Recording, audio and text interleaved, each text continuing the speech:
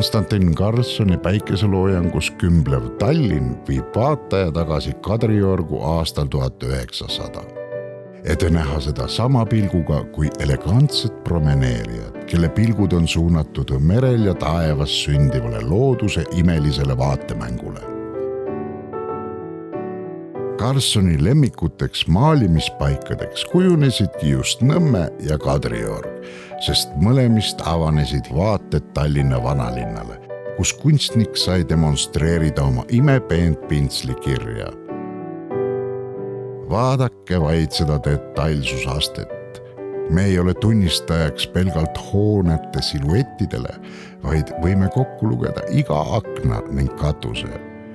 Põhjus, miks me saame Karlssoni nimetada ka ajaloo kroonikuks.